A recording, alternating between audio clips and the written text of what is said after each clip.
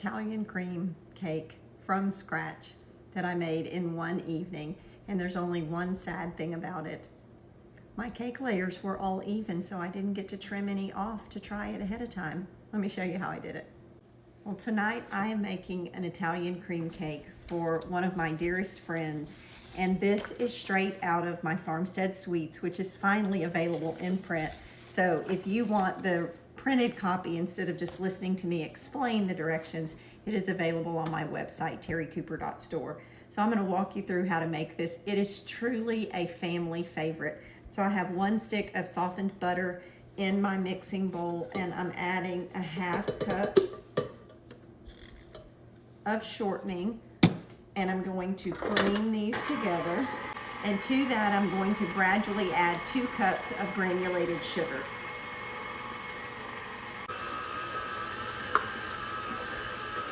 And I'm going to let that cream for just a minute so that that sugar gets all combined well. Now, one at a time, I'm going to add 5 egg yolks from large eggs. I cracked them all into a bowl, and I'm just scooping the yolks out one at a time.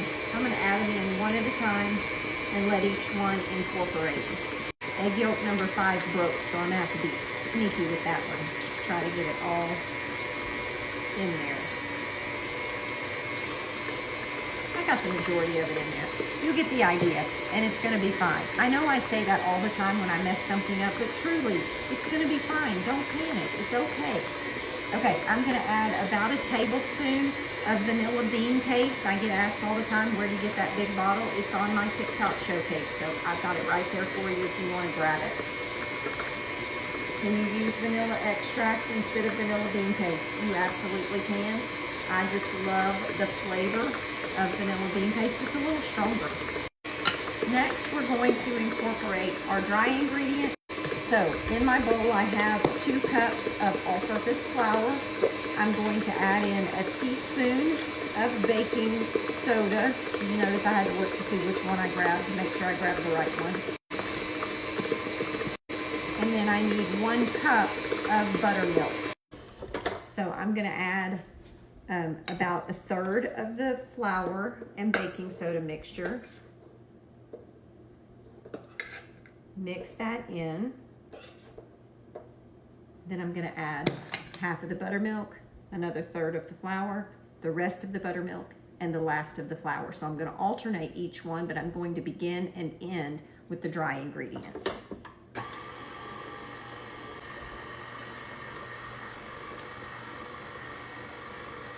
It does not need to be precise.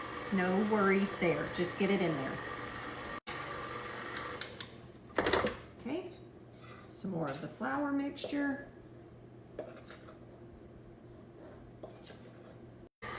The rest of the buttermilk. Okay, and then we are going to add in the last of the flour.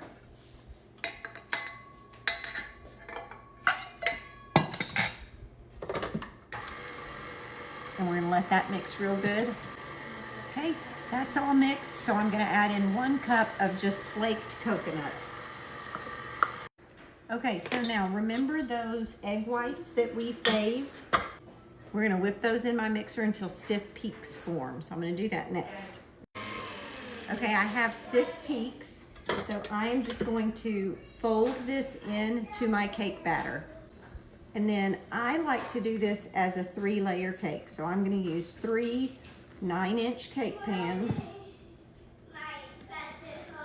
I am going to put parchment paper on the bottom of them because this is a tender crumb and I don't want to tear it up trying to get it out. You can do this in any shape of cake that you prefer. If you want to do cupcakes, it makes beautiful cupcakes. If you would prefer a 9x13, it's the right amount of batter for a 9x13. If you just want to do 2 cakes, you can do 2 cakes. So whatever you prefer works. I just like to do a 3-layer cake because I just like extra icing. Okay, so I have my 3 pans ready. They're going to go in a 375-degree oven for 20 to 25 minutes. You're going to have to adjust that depending on what size pan you use and the thickness of the batter that you put in. So check it with a cake tester, make sure it's done in the middle. Okay, my cakes are done. I baked them at 350 degrees. I said 375 earlier. It's 350 for 25 minutes. Then I let them sit in the pan for about 10 minutes before I turned them onto my cooling rack. I did put them in the freezer for about half an hour just because I need to put this cake together tonight because I don't want to get up at the crack of dawn in the morning to finish it. So let's put the frosting together. So this recipe calls for a nutty cream cheese frosting. It is butter and cream cheese and powdered sugar, some vanilla, and then some pecans. Obviously, you adjust the pecans to the level that you want, or leave them out if you're not a pecan fan. That's just the way we like it. So I have softened 2 sticks of butter and 2 8-ounce blocks of cream cheese. Now I double the recipe for the frosting. You don't have to do that. Okay, I'm going to use my whisk attachment on my stand mixer to get the butter and the cream cheese light and fluffy, add some vanilla, and then we'll start adding powdered sugar. Okay, so you can add about a cup of powdered sugar at a time until it gets to the taste and the consistency that you like. And while I was doing this, I have my pecans under the broiler in my oven just because I like them to get that crispy texture. I just love it with this cake. That's not necessary, it's just how I like it. And if I didn't say earlier, the recipe calls for 1 tablespoon of vanilla. Use however much you like. I'm doubling the recipe, so I put in more than that, but I also didn't measure it, so there's that.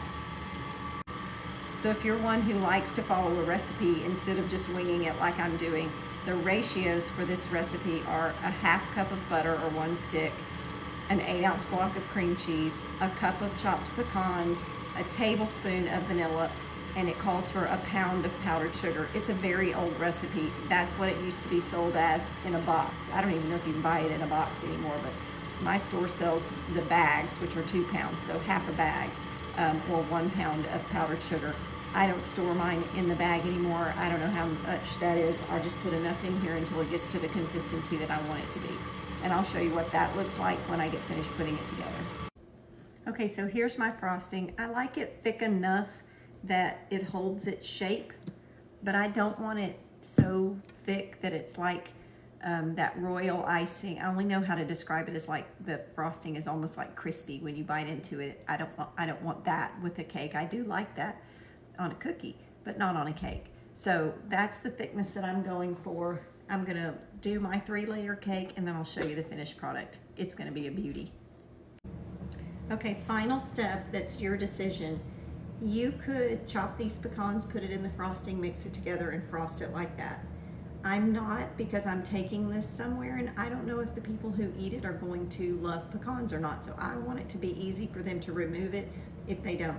Here's the second reason why I prefer to put them on after I ice the cake.